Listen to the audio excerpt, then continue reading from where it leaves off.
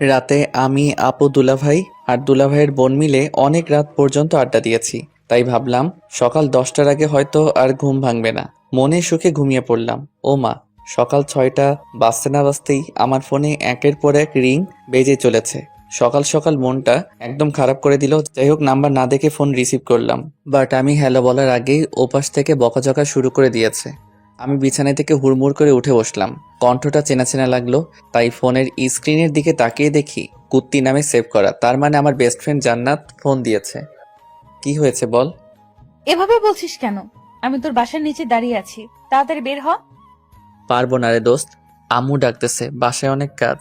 বুঝতেই তো পারছিস, বাসায় মেহমান আসছে। তোর আম্মু তোকে ডাকতেছে। রে। আচ্ছা, তোর আম্মুর কি ডায়াবেটিক্স আছে? কেন? তোর আব্বুরও তো আছে, তাই না? হুম, কদিন পরে আমারও হবে। তো কি হয়েছে? আচ্ছা এটা বল, তুই এগুলো জিজ্ঞেস করছিস কেন? তোর আব্বু আম্মুকে তো আমি এখন রাস্তা দিয়ে দৌড়াতে দেখলাম, একসাথে হাঁপাতে হাঁপাতে আমাকে এটাও বলেছে, কি মা কেমন আছো? তাহলে কি আমি ভুল দেখেছি বা ভুল শুনেছি? আমি চুপ করে বসে রইলাম। শয়তান মেয়েটা বাহিরে আব্বু আম্মুকে দেখে নিয়েছে। এখন কি বলি? কি হলো, চুপ কেন? ইয়ে মানে হয়েছে কি? এত কিছু শুনতে চাইনি, তুই নিচে আসবি নাকি আমি উপরে আসবো? না না, তুই নিচেই থাক। আপু আসছে কালকে, আর তুই আমার সাথে যে ব্যবহার দেখাচ্ছিস, যেন মনে হয় তুই আমার বিয়ে করা বউ। আচ্ছা, তাহলে তুই আয়। ওকে, আসতেছি। 5 মিনিট দাঁড়া, আমি 10 মিনিটে রেডি হয়ে আসছি।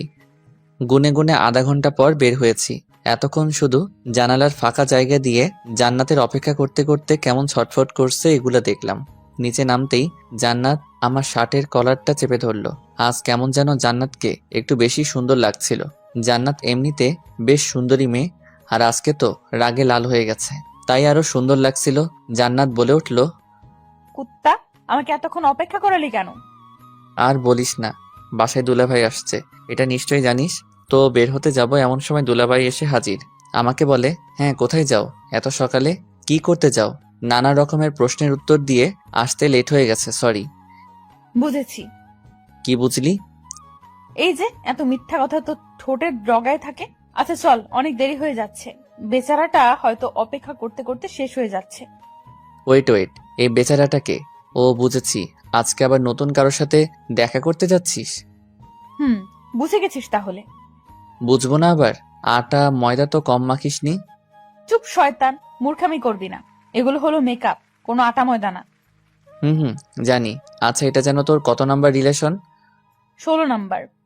হুম, আচ্ছা এটা বল, 16 জনের মধ্যে তোর সব থেকে বেশি কতদিন রিলেশন ছিল? একদিন 3 ঘন্টা 45 সেকেন্ড। এটাই সর্বোচ্চ রিলেশন? কি করব বল? যার সাথে ফ্রি ভাবে কথা বলি তার সাথে ঝগড়া শুরু করে দিই। অবশেষে রাগ কন্ট্রোল করতে না পেরে ব্রেকআপ করে দিই। কিন্তু দেখ, তোর আর আমার কতদিনের ফ্রেন্ডশিপ, আজ পর্যন্ত ঝগড়া হয়নি। কি বললি আবার বলতো?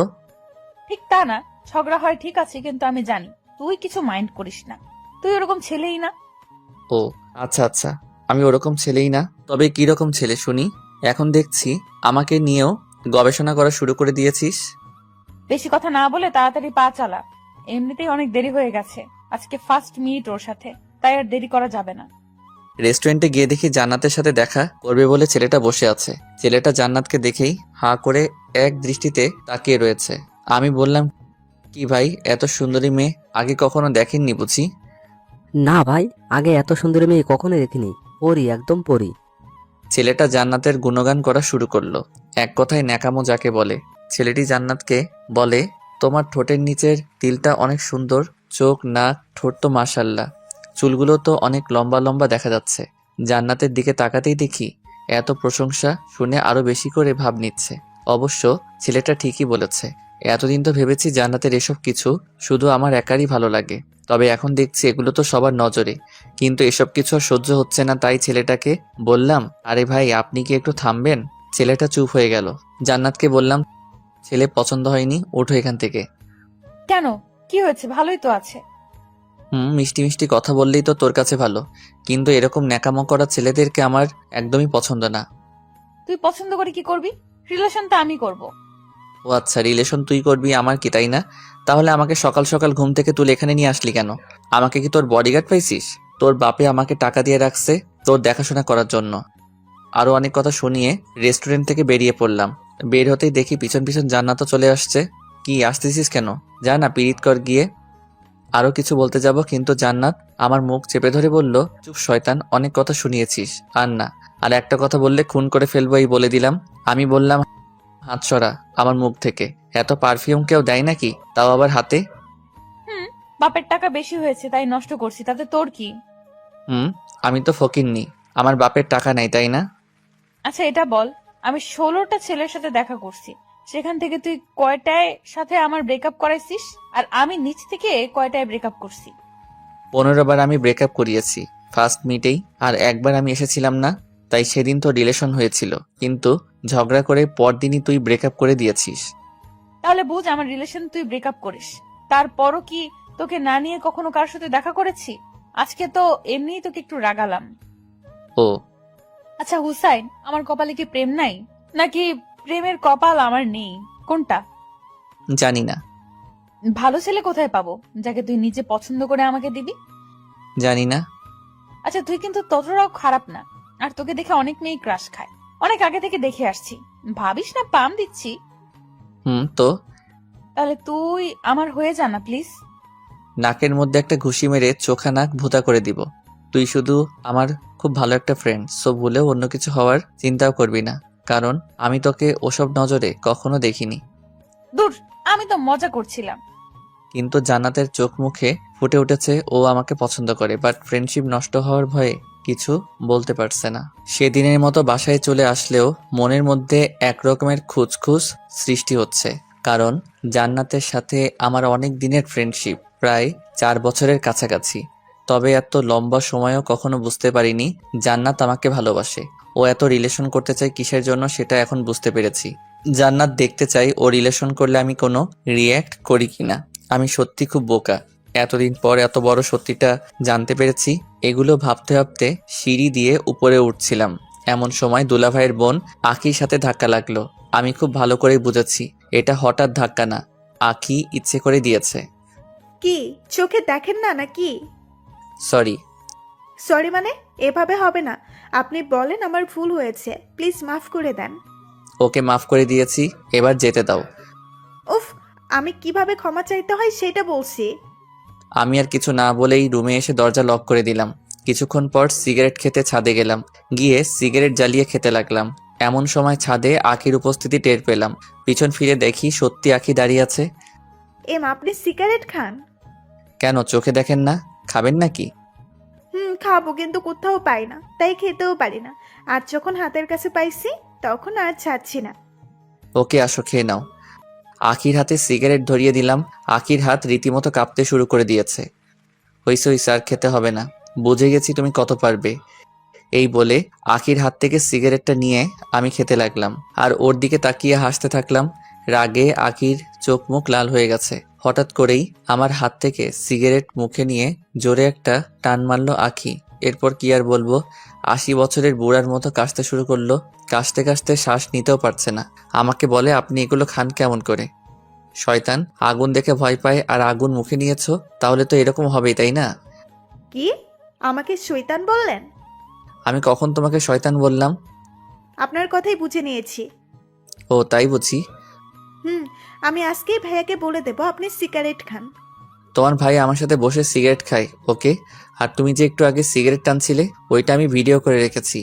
এমনকি তুমি শুরু থেকে শেষ পর্যন্ত যা কিছু বলেছো বা করেছো সব ভিডিও করা শেষ। তখন আখি নিজেরই মাথার চুল টানতে টানতে নিচে চলে যায়। আমি আবার মনের সুখে সিগারেট টানতে থাকলাম। এমন সময় কুতিটার ফোন, সরি জান্নাতের ফোন। 8-9 বার ফোন দেওয়ার পর রিসিভ করলাম। হ্যালো, কি হয়েছে বল? এমন ভাবে কথা বলছিস কেন? ওকে বাবা, সরি। এবার বলেন। ফোন ধরতে লেট করলি কেন? বাথরুমে ছিলাম তাই। একটা অসাধারণ মিথ্যা কথা বললাম। ও, তোর বাসার ছাদেও বুঝি বাথরুম আছে? মনে তো হয় নেই। তাহলে কি ছাদের এক কর্নারে বসে পড়েছিলি? ফালতু ফালতু কথা রাখ। আমি বাসার ছাদে, এটা তোকে কে বলেছে? সেদিনের মতো আজকেও কি বাসার সামনে এসে হাজির হইছিস? আমার বইয়ে গেছে তোর বাসার সামনে গিয়ে তোকে চেক করতে যেতে দিব। তোকে ফোনে না পেয়ে আন্টিকে ফোন করেছি, আন্টি বললো তুই নাকি ছাদে হাওয়া খাচ্ছিস। হাওয়াই তো খাচ্ছি, তবে কোন হাওয়া খাচ্ছি সেটা তো আর আম্মু জানে না। আচ্ছা তুই কি বলবি যেন? আচ্ছা হুসাইন, মেয়েরা কোন কালারের শাড়ি পরলে তোর ভালো লাগে? অবশ্যই নীল। তবে তুই এগুলো শুনে কি করবি? কিছু না, তাহলে তোর নীল শাড়ি পছন্দ। খুব পছন্দ। আচ্ছা, আজকে বিকালবেলা ফোন দিলে লেকের পাড়ে চলে আসিস একটু। ফ্রি থাকলে আসবো। তোর আবার কি কাজ? আসতে বসে আসবি, বেশি বকবক করবি না। ওকে। নিচে চলে আসলাম। আমার রুমে কেমন যেন রুমটা অগোছালো হয়ে আছে। অনেক দিন হলো রুমটাকেও পরিষ্কার করিনি। আর আমি তাই আখিকে ডাক দিয়ে বললাম, আমি বাহিরে যাচ্ছি, আমার রুমটা সুন্দর করে গুছিয়ে রেখো, আমি এসে দেখব। বাহ, আপনার সাহস আছে বলতে হবে।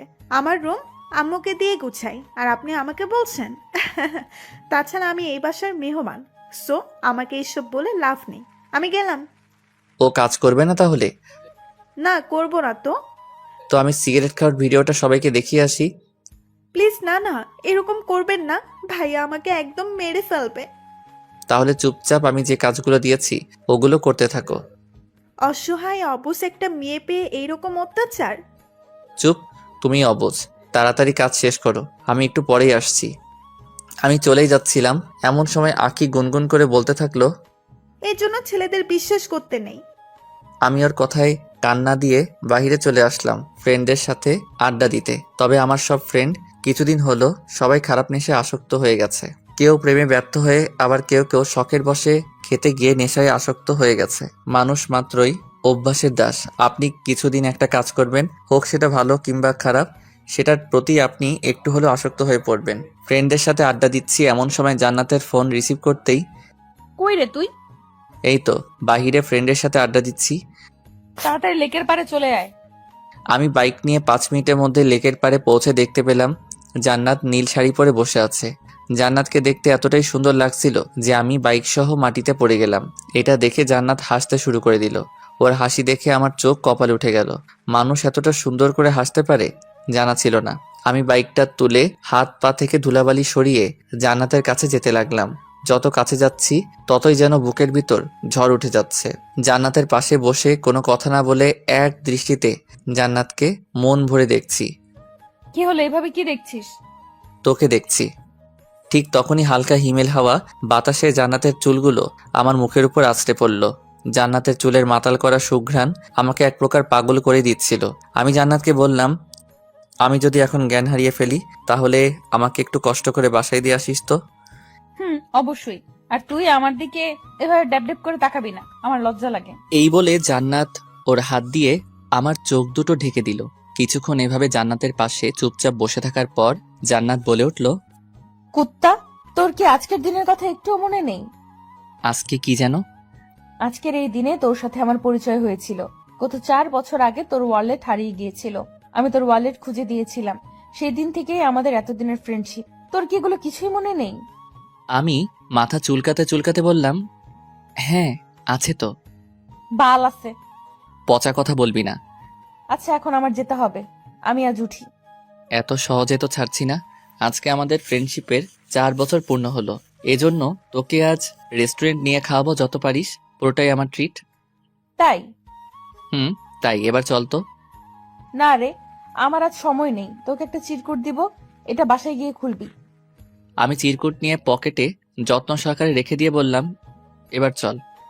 জান্নাত তখন আমার হাতে একটা ঘড়ি পেরিয়ে দিচ্ছে আর বলছে, ঘড়িটা আমি অনেক পছন্দ করে কিনেছি। ভেবেছি ঘড়িটা এমন একজনকে দিব যাকে আমি কখনো ভুলতে চাই না। তাকে ঘড়িটা দিলে সে একটু হলেও আমার কথা মনে রাখবে। আমি চুপচাপ জান্নাতের দিকে তাকিয়ে তাকিয়ে দেখছি কি সুন্দর ঠোঁট নাড়িয়ে কথা বলে। আমি বললাম, তোর জন্য তো কিছু আনতে পারিনি। তুই যেখানে এসেছিস সেটাই অনেক। তাই? আচ্ছা প্লিজ রেস্টুরেন্টে চল না। আমার বাসায় যেতে হবে, আমি গেলাম। এই বলে জান্নাত উঠে চলে যেতে লাগলো। আমি সেখানেই মন খারাপ করে চুপচাপ বসে রইলাম। কিছুক্ষণ পর আমার কাঁধে কে যেন হাত রেখেছে অনুভব করলাম। পিছন ফিরে দেখি জান্নাত। তুই তুই এখানে কি করিস?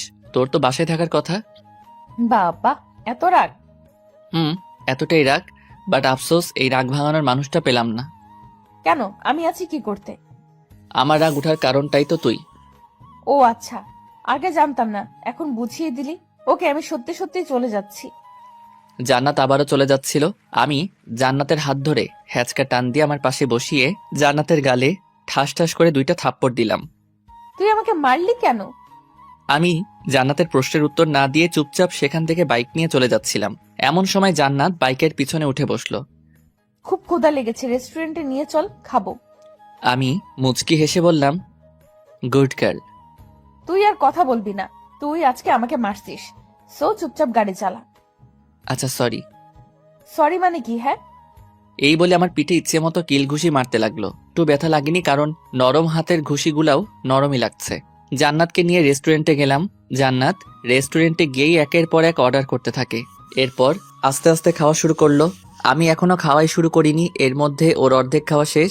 আমাকে বলে কি না আমি নাকি আস্তে আস্তে খাচ্ছি। কিছুক্ষণ পর আমার অনেক দিনের পুরনো এক ফ্রেন্ড ওর বউকে নিয়ে রেস্টুরেন্টে প্রবেশ করলো।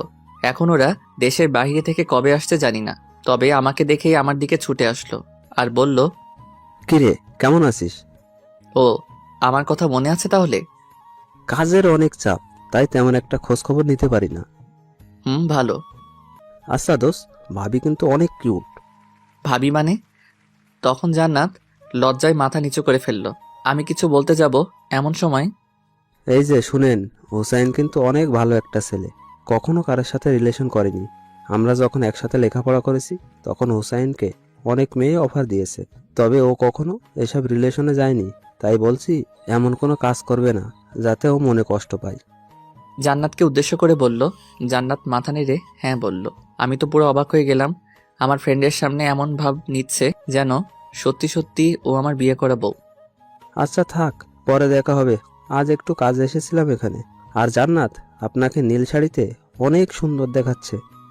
ধন্যবাদ ভাইয়া। আমি ফ্রেন্ডকে বললাম, হয়েছে হয়েছে, আর চোখ লাগাতে হবে না। তখন ফ্রেন্ড ওর বউকে নিয়ে হাসতে হাসতে চলে গেল। আমি জান্নাতকে বললাম, এটা কি হলো? তুই ওকে বললি না কেন? তুই আমার জাস্ট ফ্রেন্ড। বারে, আমি বলতে যাব কেন? আমার তো শুনতে ভালোই লাগছিল। তার মানে তোর আমার বউ হওয়ার ইচ্ছে আছে? হুম, খুব ইচ্ছে। কি বললি আবার বল। হুম, তোর বউ হওয়ার ইচ্ছে আছে বললাম, তাই কি করবি, মারবি? ওকে মার। আর আমি যে তোকে চিরকুট দিয়েছি ওটা পড়লেই বুঝতে পারবি। ভালো, তুই খুব সুন্দর করে ফান করতে পারিস। তখন জান্নাত চুপ করে রইল আর আমার দিকে মায়াবী দৃষ্টিতে তাকিয়ে বলল, তোর এগুলো ফান মনে হচ্ছে? তাছাড়া কি। তখন জান্নাত আমাকে চমকে দিয়ে রেস্টুরেন্টের ভিতরেই চিৎকার চেঁচামেচি করে আমাকে বকাঝকা করতে শুরু করে দিল। এমনকি টেবিলে থাকা প্লেট গ্লাসগুলো দেয়ালে ছুঁড়ে ছুঁড়ে ভাঙতে শুরু করে দিল। অবস্থা খারাপ বুঝে জান্নাতকে কোনোভাবে রেস্টুরেন্ট থেকে বের করে রেস্টুরেন্টের মালিককে জিনিসপত্র নষ্ট করায় জরিমানা আমাকে দিতে হয়েছে। এরপর জান্নাতকে বাসায় নামিয়ে দিয়ে আসলাম। রাস্তায়ও কোনো কথা বলেনি, আমিও কথা বলার আগ্রহ দেখাইনি। জান্নাতকে নামিয়ে দিয়ে বাইক নিয়ে বাসায় ফিরছি। আমাদের বাসার সামনে রাস্তার মোড়ে দুইটা ছেলে একটা মেয়েকে নানা রকমভাবে ইফটিজিং করছে। দূর থেকে ভালোভাবে বুঝতে পারছি না মেয়েটাকে, তাই বাইক নিয়ে কাছে দেখেই যা দেখলাম তাতে আমার মনে হচ্ছিল রাগে হয়তো এখন আমার মাথা ফেটে রক্ত বের হবে। দেখলাম দুইটা ছেলে আমার বাসার মেহমান আকিকে ইফটিজিং করছে। আকির গলার ওড়না ওই দুই ছেলের হাতে। দুই ছেলে আকিকে দেখছে আর জিহ্বা নাড়িয়ে তাদের ঠোঁট ভেজাচ্ছে। ওদের চোখে মুখে শয়তানের চাপ ভেসে উঠেছে। আমার এতটাই রাগ উঠেছিল যে প্রথমে বাইক থেকে আগে হকি স্টিকটা বের করলাম। হকি স্টিকটা বের করে ওই দুই ছেলেকে ইচ্ছে মতো মারতে লাগলাম। হঠাৎ দেখি আশেপাশে অনেক লোকের ভিড় জমে গেছে। রাস্তার মাঝে ওদের রক্তের বন্যা বয়ে যাচ্ছে। প্রায় আধমরা করে ফেলছি। সেদিন আর কিছু করলাম না। আখিকে নিয়ে বাসায় আসলাম। বাসার সামনে এসে বাইক থেকে নেমে দেখি আখির চোখে পানি। আমি এটা আগে খেয়াল করিনি। তখন আমি নিজ হাতে আখির চোখের পানি মুছে দিয়ে বললাম, দূর পাগলি, এই সামান্য বিষয় নিয়ে কেউ বাচ্চাদের মতো কান্না করে নাকি? এই কথা বলার সাথে সাথে আবারও কান্না জুড়ে দিল। এখন আমরা বাসার সামনে, তুমি যে এত কান্না করছো কেউ দেখলে বলবে আমি তোমাকে মেরেছি। প্লিজ কান্নাটা থামাও, কিছুই তো হয়নি, আমি তো আছি, তাই না? হুম, চোখের পানি মুছে ফেলো। আপনি মুছে দেন। কি আর করার। আমি সবকিছু ঠিকঠাক করে আখিকে নিয়ে বাসায় ঢুকলাম। বাসায় ঢুকতে আপুর সাথে দেখা। কই গিয়েছিলি হুসাইন? এই তো একটু বাহিরেই। ও আচ্ছা, শোন, এখন আর বাহিরে যাওয়ার দরকার নেই। কেন, কি হয়েছে? শুনলাম বাহিরে নাকি একটা ছেলে একাই দুজন ছেলেকে এমন মারছে যে তাদেরকে আমাদের এই হসপিটালে রাখিনি, অন্য জায়গাতে নিয়ে যেতে হয়েছে। ও আচ্ছা, তাই? কি বদমাইশ ছেলে রে বাবা, একাই দুজনকে মেরে হসপিটালে পাঠিয়ে দিয়েছে। এই কথা শুনে আখি উহু করে হেসে ফেলল। আপু আখিকে বলল, কি হয়েছে, তুমি হাসলে কেন? কিছু না, এমনি। আপু, আর আমার তো রক্ত দেখলেই ভয় লাগে। কি, তোর রক্ত দেখলে ভয় লাগে? খুব ভয় করে। শয়তান, তুই তো প্রাইমারি স্কুলে পড়াকালীন অনেকেরই নাক ফাটিয়েছিস, আর বড় হয়ে কি কি করেছিস সেগুলো আর বললাম না, আঁখি আছে এখানে তাই। ভালো। আর তোমার কাছে এগুলো কে শুনতে চেয়েছে? এই বলে আমি রুমে চলে আসলাম। তবে আজ আমার রুম আমার নিজের কাছে অচেনা অচেনা লাগতেছে। কারণ আখিকে রুম গোছাতে বলেছিলাম, জানি গোছাবে, কিন্তু এত সুন্দর করে গোছাবে কে জানে। এত সুন্দর রুম দেখে বিছানায় ধপাস করে শুয়ে পড়লাম। ক্লান্ত থাকার কারণে বিছানাতে শুতেই ঘুমিয়ে পড়লাম। সন্ধ্যার আগ মুহূর্তে সূর্য যখন লাল রং আকার ধারণ করে, তখন আমার ছাদে গিয়ে সিগারেট খেতে খুব ভালো লাগে। ও আর হ্যাঁ, আরেক সময় আছে যে সময়টা আমি ছাদে বসে বসে পার করে দেই অনেকটা সময়। সেটা হলো পূর্ণিমার রাতে চাঁদের সৌন্দর্য দেখতে দেখতে সিগারেট খেয়ে পার করে দিই অনেকটা সময়। প্রতিদিনের মতো আজ সন্ধ্যায় ছাদে যাব। তবে ঘুম থেকে উঠে সিগারেটের প্যাকটা খুঁজে পাচ্ছি না। রুম গুছিয়ে আকি সিগারেটগুলো কই যে রাখছে কে জানে। আমার অনেক রাগ আর অনেক সাহসী মানসিকতাও আছে। তবে আমার কোনো জিনিস কেউ না বলে নিলে, সেটা আর ফেরত আনতে না পারলে, বা কোনো জিনিস অনেক খোঁজাখুঁজি করার পরও যদি না পাই, তাহলে রাগে এক প্রকার কান্না করে দেই। তো অনেক খোঁজাখুঁজির পর আমার বিছানার পাশের টেবিলে কেমন যেন অনেকগুলো জিনিস একসাথে প্যাক করে রাখা। প্যাকিংটা খুলতে আমার 5 মিনিট লাগছে। ওইটার ভিতরে দেখতে পেলাম সিগারেট রাখা। উফ, তখন আমার মনে আনন্দের অনুভূতি সৃষ্টি হলো। আমি দ্রুত গতিতে সিগারেট খুঁজতে লাগলাম। তবে 7-8টা প্যাক ছিল, কোনোটাতেও একটা সিগারেটও পেলাম না। সব খালি করে রেখে দিয়েছে বদমাইশটা। প্যাকটার কাছে একটা চিরকুট পেলাম, যেটাতে লেখা, সিগারেট এমন এক জিনিস যার গায়ে তার বদনাম লেখা থাকে, তাই এগুলো খাওয়া ছেড়ে দিন। জানি এত সহজে ছাড়বেন না, তাই সিগারেটগুলো ফেলে দিয়ে খালি প্যাক রেখে দিয়েছি। উফ, এখন কেমনটা লাগে? আখিকে পরে দেখে নিব। বিছানার নিচে আলাদাভাবে সিগারেট থাকে, সেখান থেকে সিগারেট নিয়ে ছাদে চলে আসলাম। ছাদে গিয়ে সিগারেট খেতে খেতে ভাবলাম, অনেকক্ষণ তো হয়ে গেল, এখনো পর্যন্ত জান্নাতের ফোন আসেনি, কি হয়েছে? তাই আমি নিজেই জান্নাতকে ফোন দিলাম। ফোন দিতেই রিসিভ করে ওপাশ থেকে মহিলা কণ্ঠী কেউ একজন বলে উঠল। কাকে চাই? আমি বুঝে ফেললাম এটা জান্নাতের আম্মু, মানে আন্টি ফোন রিসিভ করেছে। তবে জান্নাতের ফোন তো আন্টির কাছে থাকার কথা না। যাই হোক, আন্টিকে বললাম, আমি হুসাইন, জান্নাত কোথায়? ওহ বাবা, তুমি? হুম। জান্নাত কোথা থেকে যেন এসে রাগের মাথায় আমার ঘুমের ওষুধ খেয়ে ঘুমিয়ে পড়েছে, এখনো পর্যন্ত ওঠার নামই নেই। মানে কি, ও ওইসব খেয়েছে কেন? সেটা জানার জন্যই তো তোমাকে ফোন দিব ভেবেছি। তবে জান্নাতের ফোনের কিছু বুঝি না, তাই অনেক চেষ্টা করার পরও ফোন দিতে পারছি না। এরপর তুমিই ফোন দিলে। ও আচ্ছা, জান্নাতের এখন কি অবস্থা? আমি কি আসবো? না থাক, 2টা ঘুমের ওষুধ খেয়েছে, সমস্যা নেই, একটু পরেই ঘুম ভেঙে যাবে, তুমি চিন্তা করো না। আচ্ছা আন্টি, ওর ঘুম ভাঙলে আমাকে ফোন দিতে বলবেন। ওকে। ফোন রেখে ভাবতে লাগলাম, জান্নাত হয়তো আমাকে অনেক দিন থেকেই ভালোবাসতো, তবে কখনো বলেনি। তাই আমি আমাদের ফ্রেন্ডশিপ শেষ করে দিব, মানে জান্নাতের সাথে রিলেশনে যাব। সিগারেট শেষ করে নিচে চলে আসলাম। রাতে খাবার খেয়ে বিছানায় শুয়ে শুয়ে ফেসবুক চালাচ্ছি। এমন সময় আমার দরজায় কে যেন নক করলো। আমি বললাম, দরজা খোলা আছে, ভিতরে আসতে পারেন। দরজা খুলে আখির রুমে প্রবেশ করলো। আখির হাত দুটো পিছনে, আমার সামনে এসে বলল, আচ্ছা, আপনাকে কিছু কথা বলবো, আপনার কি শোনার মতো টাইম হবে? অবশ্যই, আপনি বলেন। আপনাকে আমার প্রথম দেখাতেই ভালো লেগেছিল, এরপর ধীরে ধীরে আপনার প্রেমে পড়ে গিয়েছি।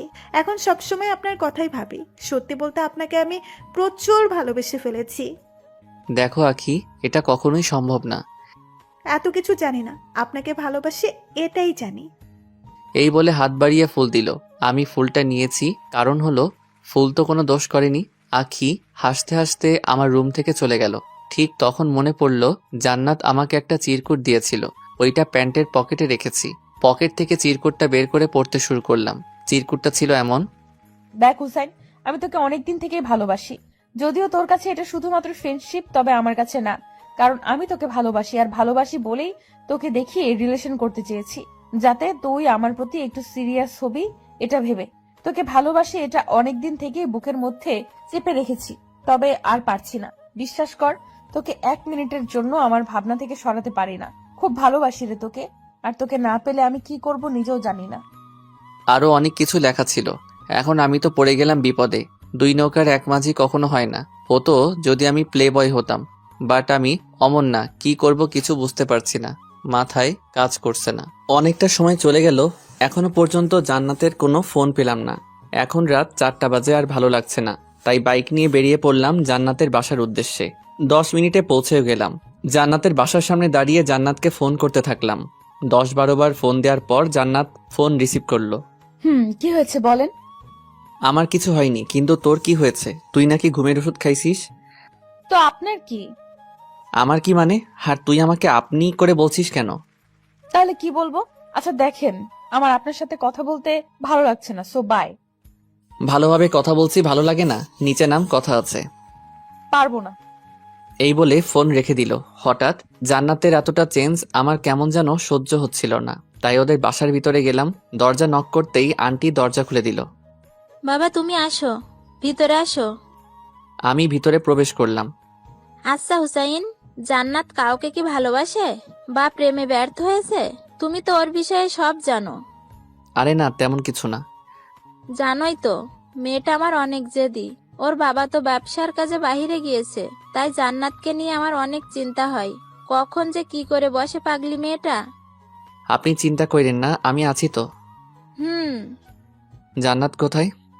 ও তো উপরে ওর রুমেই। আমি উপরে গিয়ে জান্নাতের দরজাতে নক করলাম, বাট কোনো সাড়া শব্দ পেলাম না। আমার ডাকাডাকিতে আন্টিও নিচ থেকে চলে এলো। আন্টিও অনেক ডাকাডাকি করলো, কিন্তু কোনো কাজ হলো না। জান্নাত কিছুতেই দরজা খুলছে না। রাগ থাকা ভালো, কিন্তু এতটা রাগ মোটেও ভালো না। আমি সেখান থেকে মন খারাপ করে বাসায় চলে আসলাম। বাসায় এসে নিজেকে পাগল পাগল লাগতেছিল। আমি এজন্য আমার লাইফে কারোর সাথে রিলেশন করিনি, কারণ আমি জানি রিলেশনে সুখের চেয়ে দুঃখের পরিমাণটাই বেশি হয়। কেউ যদি জাস্ট একবার মন থেকে 3-4 বছর রিলেশন করে, সেই প্রেমে ব্যর্থ হয়, তাহলে তারা জীবনটা নষ্ট করতে 1 মিনিটও ভাবে না। ছোটবেলা থেকে যেই ভয়টা পেয়ে এসেছি, আজ সেটাই হলো আমার সাথে, কারণ আমি জান্নাতকে ভালোবেসে ফেলেছি। কোনো এক কবির কথা, একটা ছেলে মেয়ে কখনো ভালো বন্ধু হতে পারে না, কোনো না কোনো সময় প্রেমে পড়বেই। আমি জানি না কথাটা কতটুকু সত্যি, কিন্তু আমি জান্নাতকে অসম্ভব ভালোবেসে ফেলেছি, এইটুকু বলতে পারি। রাত প্রায় 10টা বাজলো বলে আমার মনটা ভীষণ খারাপ, তাই এক হাতে গিটার, অন্য হাতে সিগারেটের প্যাক নিয়ে ছাদে চলে আসলাম। আমি গিটারিস্ট, গিটার বাজাতে ভালোবাসি। প্রায় সময় ফেসবুক লাইভে আসি, কারণ আমার গিটার বাজানো অনেকেরই পছন্দ। এই গিটার বাজিয়ে ফেসবুকে কত মেয়ের প্রপোজ পেয়েছি হিসাব নেই।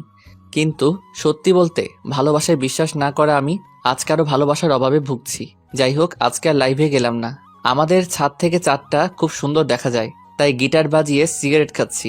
এমন সময় ছাদে আঁখি আসলো, তখন মাথাটা পুরো গরম হয়ে গেল। এমনিতেই মন ভালো না, এখন এসে ন্যাকামো করবে, বলবে সিগারেট খেও না, এই কইরো না ওই কইরো না, বিরক্তিকর। মেহমান বলে কিছু বলতেও পারি না, দাঁত কামড়ে রাগটা আটকে রাখি। আঁখি এসে ঠিক আমার সামনে বসলো, চাঁদটা ঢেকে দিয়ে, সামনে থেকে সরে বসো, চাঁদ দেখতে দাও। চাঁদ দেখতে হবে না, এখন থেকে আমিই তোমার চাঁদ। তখন আঁখি আবারও বলল, আমি থাকতে তোমার কোনো চিন্তাই নেই। তুমি একবার পড়ো, 1000 বার পড়ো, আমি তোমাকে তুলে নেব। এখন আপনারাই বলেন, এরকম ন্যাকামো কি সহ্য করা যায়? এমনিতেই অনেক ডিপ্রেশনের মাঝে আছি। যদি এতই ভালোবাসতে, তাহলে পড়তেই দিতে না। হয়েছে হয়েছে, ন্যাকামো রাখো আর আমার সামনে থেকে সরে বসো। না শুনলে কি করবে? কি করব শুনবা? বলো। তোমাকে ছাদ থেকে ধাক্কা দিয়ে নিচে ফেলে দিব। কি বিশ্বাস হয় না? এই বলে আমি চেয়ারে একটু নড়ে চড়ে বসলাম।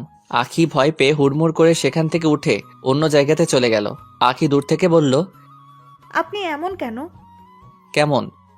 খুব পচা আপনি, শুধু শুধু ভয় দেখালেন।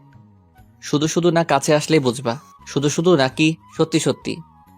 আখি আর কিছু না বলে নিচে চলে গেল। বেচারিটা হয়তো অনেক ভয় পেয়েছে। আখি চলে যাওয়ার পর আবারও সেই ডিপ্রেশন মোডে চলে গেলাম, তাই নিচে রুমে চলে আসলাম। কিন্তু কিছু ভালো লাগছে না। আমার এক ফ্রেন্ড বলেছিল ও নাকি কি যেন এক নেশা করে, যেটা একবার খেলে নাকি অনেক সময়ের জন্য সব কষ্ট ভুলে থাকা যায়। জীবনের প্রথমবার নেশার জগতে পা রাখতেছি। সেই ফ্রেন্ডকে ফোন দিয়ে বুঝিয়ে বললাম, ওগুলা আছে? আছে। কেন? খাবো। ওকে ব্রাদার, চলে আয়। আম্মুর হাজারটা বারণ থাকা সত্ত্বেও বাইক নিয়ে বেরিয়ে পড়লাম। কারো কথা শুনলাম না। আম্মু অনেক বললো, এত রাতে বাইক নিয়ে বের হইস না বাবা, বিপদ হতে পারে। আমি আম্মুকে জড়িয়ে ধরে বললাম, কিছু হবে না, তোমার দোয়া আমার সাথে আছে তো, তাই না? এই বলে বাইক নিয়ে বেরিয়ে পড়লাম। রাস্তায় তেমন একটা গাড়ি নেই। 2-1 মিনিট পর পর মালবাহী ট্রাক যাচ্ছে, তাই বাইকের স্পিড 100-র নিচে আসতেই দেইনি। হঠাৎ করে কেমন যেন মাথা ঘুরে গেল, চোখে অন্ধকার দেখলাম। তাই বাইকের কন্ট্রোল হারিয়ে এক মালবাহী ট্রাকের নিচে চলে গেলাম। তারপর আমাকে সেখানে থাকা লোকগুলো হসপিটালে নিয়ে গিয়েছে। আমার অবস্থা খুব খারাপ, শরীর থেকে প্রচুর রক্তক্ষরণ হয়েছে। আমার বাসার লোকজনকে ফোন করে ডাকা হলো, সবাই কান্নায় ভেঙে পড়ল। বাবা মায়ের একমাত্র ছেলে, বুঝতেই তো পারছেন। হসপিটাল থেকে আমায় মৃত ঘোষণা করার পর আমাকে মর্গে পাঠিয়ে দেওয়া হয়। এগুলো কিন্তু সুস্থ হওয়ার পরে জানতে পেরেছি। আমাকে মর্গে রাখা হলো। সেদিন হসপিটালে কোনো এক অকেশন চলছিল, মানে অনুষ্ঠান, তাই আমার পোস্টমর্টেম সেদিন করা হয়নি, কাল করবে বলে জানিয়েছে। হঠাৎ করে আমার জ্ঞান ফিরে, তখন আমি মর্গে লাশ রাখার রুমেই। ডাক্তারের ভুলের কারণে আমাকে মৃত ঘোষণা করা হয়েছে। তাছাড়া সায়েন্সে এমনও ব্যাখ্যা আছে যে রোগীর রেসপন্স দুর্বল থাকার কারণে ডাক্তারদের বুঝতে সমস্যা হয়। আমার সাথে হয়তো সেটাই হয়েছে। যাই হোক, জ্ঞান ফিরে পাবার পরে আমি বুঝতেই পারছি না আমি কোথায় আছি। সাধারণত মর্গে অনেক ঠান্ডা, ফ্রিজের মতো, যাতে লাশ পচে গলে না যায়। আমার খুব ঠান্ডা লাগছে, কারণ আমার শরীরে পাতলা সাদা চাদরের মতো কাপড়টা ছাড়া আর কিছু নেই। আমি অন্ধকারে দরজা খুঁজে ধাক্কালাম, কাজ হলো না, বাহিরে থেকে লক করা। আর সেদিন হসপিটালে অকেশন থাকার ফলে গার্ডরা সব ওখানেই, কিন্তু আমি ঠান্ডায় একদম জমে যাচ্ছি।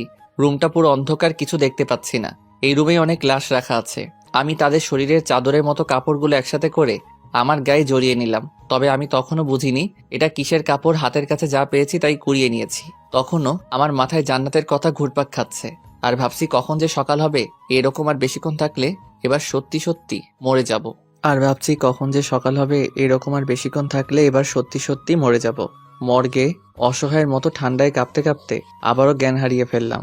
সকালের আগেই জ্ঞান ফিরে পেলাম। মর্গের উপরে ছোট জানালা দিয়ে দিনের আলো দেখা যাচ্ছে। আলো দেখে আমার দেহে যেন প্রাণ ফিরে পেলাম। কিছুক্ষণ পর মর্গের এক গার্ড এসে দরজাটা খুলতেই আমি উঠে দাঁড়িয়ে তার দিকে ছুটে যাই। এটা দেখে সেই গার্ডটা ভয় পেয়ে দরজাটা আবারও লাগিয়ে দিয়ে দৌড়ে চলে যায়। ভয় পাওয়ারই কথা, কারণ মর্গে কখনো জীবন্ত মানুষ থাকে না। সো সেই গার্ডটা হসপিটালের ডাক্তার সহ আরো কিছু মানুষ নিয়ে এসে দরজাটা খুলতেই আমি আবারও দৌড়ে তাদের দিকে ছুটে গেলাম। সারা রাত অনেক ঠান্ডার মধ্যে ছিলাম, তাই গলা দিয়ে কোনো শব্দ বের হচ্ছিল না। এক ডাক্তার সবকিছু বুঝতে পেরে আমাকে তাড়াতাড়ি করে ইমার্জেন্সিতে নিয়ে গেল। সব ট্রিটমেন্ট শেষ করে আমাকে হসপিটালের এক রুমে রাখা হলো কিছুদিনের জন্য। ডাক্তার বলেছে এখানে কিছুদিন থাকলে পুরোপুরি সুস্থ হয়ে উঠবে। আব্বু ডাক্তারদের নামে পুলিশ কেস করতে চাইলে, থাক না, আমার ছেলেকে ফিরে পেয়েছি, এটাই অনেক। আমি আর কিছু চাই না। তখন ডাক্তার এসে আমাদের কাছে ক্ষমা চাইতেই আম্মু তাদের বলল, ক্ষমা চাইতে হবে না। আমার ছেলের মতো অন্য কারো ছেলের সাথে এমনটা করবেন না আর কোনোদিনও। এই আম্মু আবারও কান্নাতে ভেঙে পড়ল। আমি আম্মুকে জড়িয়ে ধরে বললাম, সব কিছু তো ঠিক হয়ে গেছে, তাহলে এখন কেন কান্না করছো? হসপিটালে সেদিন আমার আত্মীয় স্বজন সবাই ছিল, কিন্তু আমার চোখ দুটো শুধু জান্নাতকেই খুঁজে বেড়াচ্ছিল। কিন্তু সেদিন এক নজর জান্নাতকে দেখার জন্য পাগলের মতো এদিক ওদিক তাকাতাকি করতে থাকি, কিন্তু জান্নাতকে কোথাও দেখতে পেলাম না। তখন সবার সামনে হেসে দিয়েছিলাম। হাসিটা কষ্টের ছিল, এটা আর কেউ না বুঝতে পারলেও আমার পাশে বসে থাকা আখি বুঝে নিয়েছিল। সব ঠিক হয়ে যাবে। সব তো ঠিকই আছে। না, সব ঠিক নেই। আচ্ছা, কি ঠিক নেই? খুব ভালো করেই বুঝতে পেরেছি, আপনার চোখ দুটো শুধু জান্নাতকেই খুঁজে চলছে। তোমাকে জান্নাতের ব্যাপারে কে বলছে? আপনার রুম থেকে জান্নাতের দেওয়া চিরকুটটা পড়ে সব বুঝেছি। আপনাদের মাঝে কি হয়েছে আমি জানি না, তবে চিন্তা করবেন না, সব ঠিক হয়ে যাবে। সব ঠিক হলে তুমি কেমন করবে? তুমিও তো আমাকে ভালোবাসো, নাকি সেদিন মিথ্যা বলেছিলে? আমার ভালোবাসা মিথ্যা নয়। আমি জানি জোর করে কারো ভালোবাসা পাওয়া যায় না। আপনার মনে আমার জন্য কোনো জায়গা নেই। আপনি আপনার সবটা দিয়ে জান্নাতকে ভালোবেসে ফেলেছেন, সব বুঝি। তুমি এত কিছু বুঝলে কেমন করে? মেয়েদের অনেক কিছু বোঝার ক্ষমতা থাকে, সে আপনি বুঝবেন না। জি না, মেয়েরা অনেক কিছু বুঝতে পারে কিনা সেটা জানি না, তবে মেয়েদের কোনো কিছু কেউ বুঝতে পারে না। যেমন আমি। জান্নাত কেন এমন করছে কিছুই বুঝতে পারছি না। আপনার ভালোবাসা যদি সত্যি হয়ে থাকে তাহলে অবশ্যই জান্নাত আপনার জীবনে আবার ফিরে আসবে। তাহলে তোমার ভালোবাসার কি হবে? আমার ভালোবাসা না হয় অপূর্ণই থেকে যাবে। সব ভালোবাসার যে পূর্ণতা পেতে হবে এমনটা তো কথা নেই। ভালোবাসার মানুষকে সারা জীবনের জন্য পেতে অনেক বড় কপাল লাগে, আর সেটা হয়তো আমার নেই। এইটুকু বলে আখি চোখের পানি লুকিয়ে মুচকি হেসে রুমের বাহিরে চলে গেল। আখি বাহিরে চলে গেলে আম্মু ভিতরে এসে বলল, বাবা, কিছু লাগবে? হুম, কি লাগবে বাবা? একটু বাহিরে যেতে চাই। কেন, কি লাগবে বল, আমি এনে দিচ্ছি। সিগারেট লাগবে, এনে দিতে পারবে? আম্মু জানেই আমি অনেক আগে থেকে সিগারেট খাই, আম্মু কিছুক্ষণ চুপ থেকে বলল, তোর এই অবস্থায় কিভাবে সিগারেট দিই?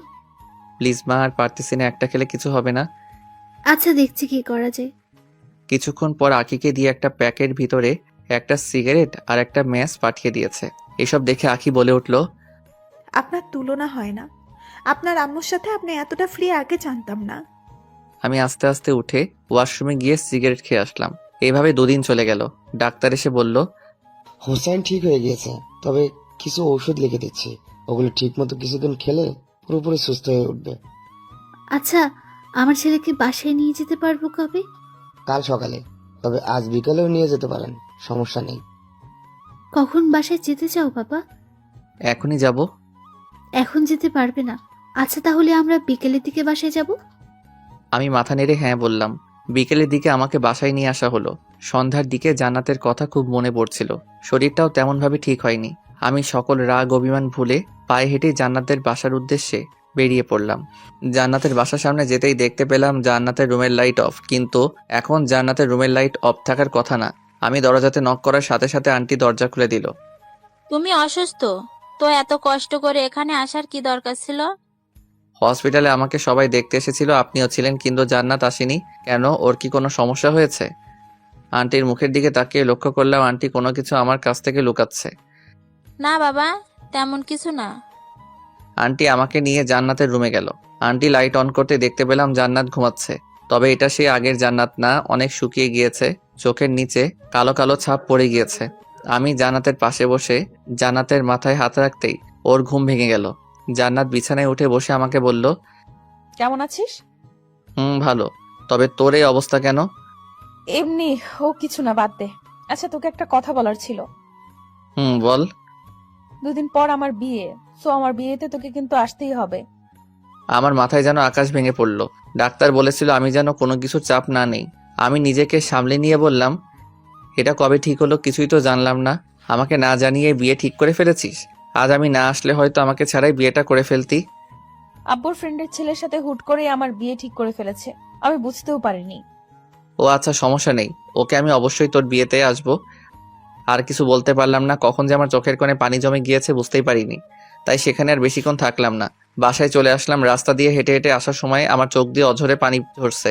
বাসায় এসে নিজেকে সান্ত্বনা দিয়ে ভাবলাম, যদি আমার ভালোবাসা সত্যি হয়ে থাকে তাহলে অবশ্যই জান্নাত আমার কাছে ফিরে আসবে। কিন্তু বারবার মনে হচ্ছে আমি জান্নাতকে হারিয়ে ফেলছি। তবে আমার বিশ্বাস জান্নাত আমার আর আমার কাছেই ফিরে আসবে। দেখতে দেখতে 2 দিন চলে যায়। কাল জান্নাতের বিয়ে। রুমেই শুয়ে আছি, এমন সময় এক ফ্রেন্ডের ফোন আসলো। রিসিভ করতে ফ্রেন্ড বলল, কিরে হোসাইন, কই তুই? কেন, কি হয়েছে? আজ জান্নাতের বিয়ে, জানিস না? জানি তো, কি হয়েছে?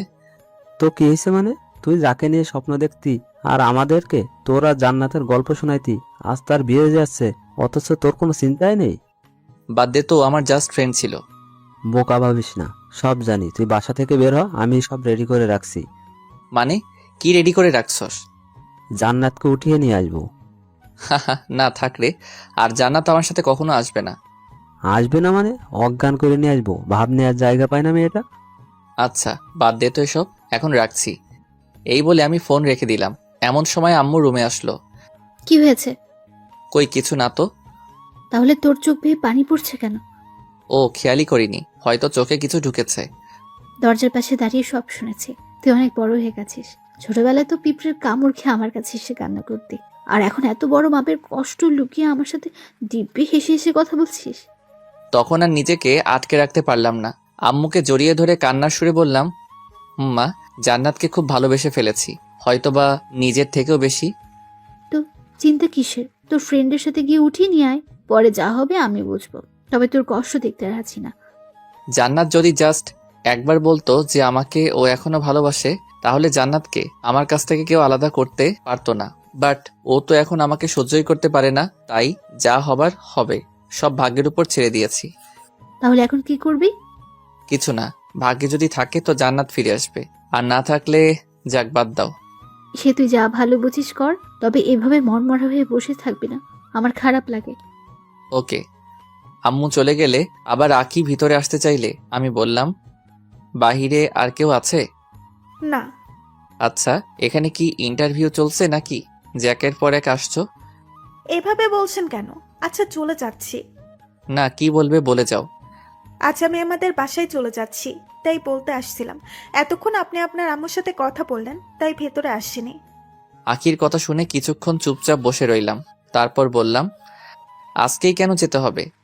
আসছি তো অনেক দিন হলো। বাসা থেকে আম্মু ফোন দিয়েছিল, বলল বাসায় চলে আসতে। আজ তো যেতে পারবে না। কেন পারবো না? আজ জান্নাতের বিয়ে। তাই কি? তাই কি মানে? আমি কান্না করলে আমাকে সান্ত্বনা কে দিবে শুনি? আপনি বাচ্চাদের মতো কান্না করবেন? হুম। ওকে, তাহলে আপনার কান্না দেখতে আজ না হয় থেকে যাই, কি বলেন? থ্যাঙ্কস। চলে যাচ্ছিলাম, তাই আপনার জন্য একটা সিগারেটের প্যাক কিনে এনেছি। ভাবলাম এটা দিয়ে চলে যাব। কই দাও তাহলে। জি না, আজ তো যাওয়া হচ্ছে না, তাই কাল যাওয়ার সময় দিব। না, এখন এটা দাও, পরে না হয় আরেক প্যাকেট দিয়ে যাবে। ওকে। আখি সিগারেট দিয়ে চলে গেল। দিনটা কষ্টে কোনোভাবে কাটিয়ে নিলাম। জান্নাতকে হয়তো রাত 1টা-2টার দিকে ওদের বাসা থেকে নিয়ে যাবে বিয়ের সব কাজ সম্পন্ন করে। এখন সন্ধ্যা নেমে গিয়েছে। কষ্টটা যেন ধীরে ধীরে বেড়েই চলেছে। আজ সারাদিন আমার রুম থেকে বের হয়নি। জান্নাতকে শেষ একটি বারের জন্য দেখার জন্য মনটা পাগলের মতো ছটফট করছে। তাই দৌড়ে জান্নাতের বাসার দিকে ছুটে গেলাম। দূর থেকে বিয়ে বাড়ির হইচই শুনতে পেলাম। বুকের বাপাসটা কষ্টে যেন অবশ হয়ে যাচ্ছে। আমি আস্তে আস্তে জান্নাতদের বাসায় ঢুকলাম। বাসায় অনেক লোকজন। পরিচিত কাউকে খুঁজে পাচ্ছি না যে জান্নাতের কথা জিজ্ঞেস করব। হঠাৎ জান্নাতের এক মেয়ে ফ্রেন্ডকে দেখতে পেলাম। ওর নাম রূপা। রূপা আমাকে দেখতেই আমার দিকে ছুটে আসলো। হুসাইন ভাইয়া, আপনি এখানে কেন? জান্নাত তো উপরে। জান্নাত উপরে? হুম। আচ্ছা, আপনি নাকি মৃত থেকে জীবিত হয়েছেন? কে বলেছে এগুলো? এলাকার সবাই জানে, আমি জানবো না? ও, কিন্তু মৃত মানুষ কখনো জীবিত হয় না। আমার রেসপন্স দুর্বল ছিল, তাই অমনটা হয়েছিল। ও আচ্ছা, এখন বুঝলাম। বাট এই সামান্য কাহিনীকে লোকেরা রচনা করে ফেলেছে।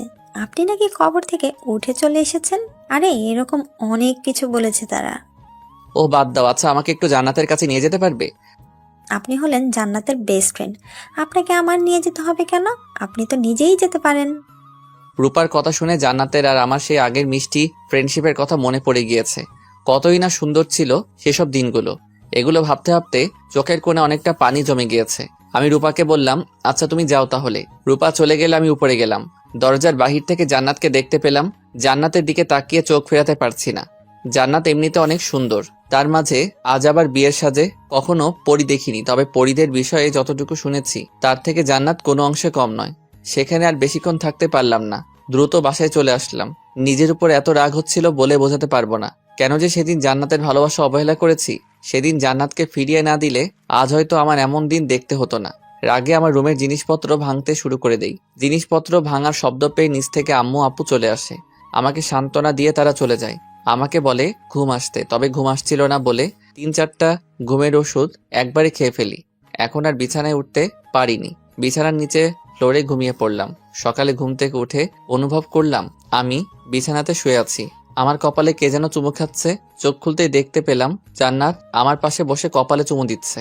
নিজের চোখকে যেন বিশ্বাস করতে পারছি না, তাই হালকা করে আমার শরীরে চিমটি কাটলাম, এটা ভেবে যে আমি স্বপ্ন দেখছি না তো। ঘুম থেকে উঠেই চমকে গেলাম। জান্নাতকে আমার পাশে দেখে সত্যি নিজের চোখকে বিশ্বাস করতে পারছি না। আমি জান্নাতকে বললাম, তুই তুই এখানে কি করিস? তোর তো শ্বশুরবাড়ি থাকার কথা। রাখ তোর শ্বশুর বাড়ি। সারা রাত এভাবে তোর পাশে বসে বসে তোকে ডাকাডাকি করতেছি, তাও তোর ঘুম ভাঙাতে পারলাম না। পারবি কেমন করে? অনেকগুলো ঘুমের ওষুধ খেয়ে ঘুম দিয়েছি। এই কথা বলা মাত্রই জান্নাত আমার বুকের উপর উঠে বসে আমার গালে মিষ্টি মিষ্টি থাপ্পড় মেরে বলতে থাকে, শয়তান, তুই এগুলো খাইছিস কেন? তোর কাছ থেকে তো শেখা এগুলি খাওয়া। আমি আগে অবশ্যই খেয়েছি, যার ফলে আমার শরীর স্বাস্থ্য মাঝখানে নষ্ট হয়ে গিয়েছিল। এখন আর খাই না, তাই আবার ঠিক হয়ে গিয়েছে। সেটা তো দেখতেই পারছি, তবে তুই এখানে কেন?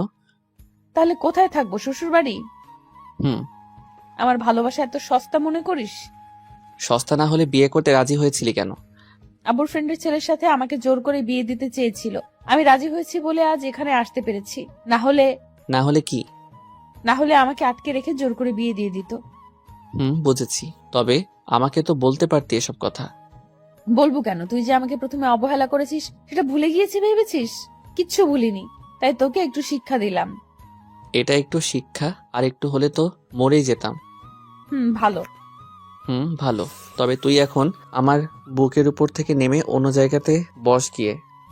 জি না, আমি তোর বুকের উপরেই বসে থাকবো। কি করবি তুই? সত্যি ব্যথা লাগতেছে, রাতে কিছু খাইনি। এমন সময় আঁকি রুমে আসলো, এসে বলল আমাকে আর জান্নাতকে আম্মু নিচে ডাকছে। জান্নাত আমার উপর থেকে উঠে বসে আঁকিকে বলল, তুমিই তাহলে আখি? হুম। হুসাইনের মুখে তোমার কথা অনেক শুনেছি, যা শুনেছি তার থেকে কোনো অংশে কম নয়। অনেক সুন্দরী তুমি। কি যে বলেন আপু, আপনার সৌন্দর্যের মাঝে সকল সৌন্দর্য হার মেনে যাবে। আমি এতটাও সুন্দর না। আমি হুসাইনের কাছ থেকে শুনেছি তুমি নাকি হুসাইনকে লাইক করো। আঁকি চুপ করে রইলে জান্নাত বলল, তোমাকে হুসাইনের থেকে ভালো একটা ছেলে এনে দিব। আর হুসাইন কিন্তু বেশি একটা ভালো না, ওকে আমি খুব ভালোভাবেই চিনি।